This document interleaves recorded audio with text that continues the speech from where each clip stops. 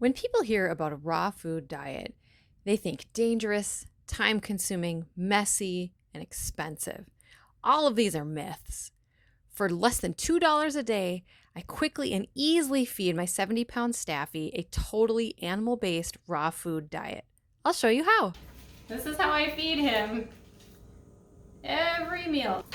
He gets one probiotic pill. He takes the same kind that I take. This is Solarray Multidophalus 20 billion CFU. He gets one of those with dinner. Put my Harbor Freight heavy duty gloves on. There's his fish coming straight out of the dishwasher. All right, and here is his food. So this is the ground up boneless chicken breasts, and then the bone-in leg quarters, so that's the thigh and the drumstick. And then this is the chopped up brisket fat from the brisket I bought at Costco. So these are all pre-measured out, so we can just go for it.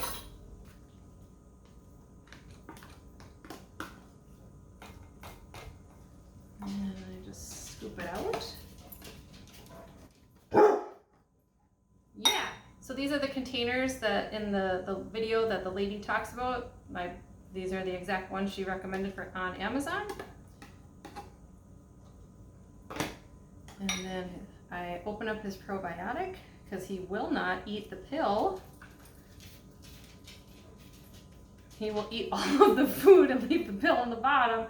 I got tired of fighting that battle, and I just do it this way. And I pre-mix it in. And just because he barely drinks any water on a raw food diet, I'm going to add a little bit of water to this to make sure he gets at least some. That was one of the things I learned, is that because there's so much water content in the meat, that when you feed your dog a raw food diet, they will be drinking a lot less water. When they eat kibble, it's super dry. And so to compensate for that, dogs drink a lot of water. So I don't know, he drinks maybe a cup of water a day. It's not very much because it's all here in his food. There we go.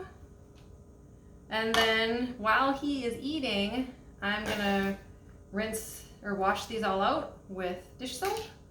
And then I'll do the same thing for his bowl so that there's no salmonella contamination sitting around in our kitchen. Oh, and just for fun, this is the jerky I made today. So this, I cut these the long way because they're super thick. And then I cut them into tiny pieces for his training treats. So like 2 of these will easily last me 2 days worth of training, because it's a lot of meat there. It's hard to tell. These are the super thick versions with the jerky gun I have.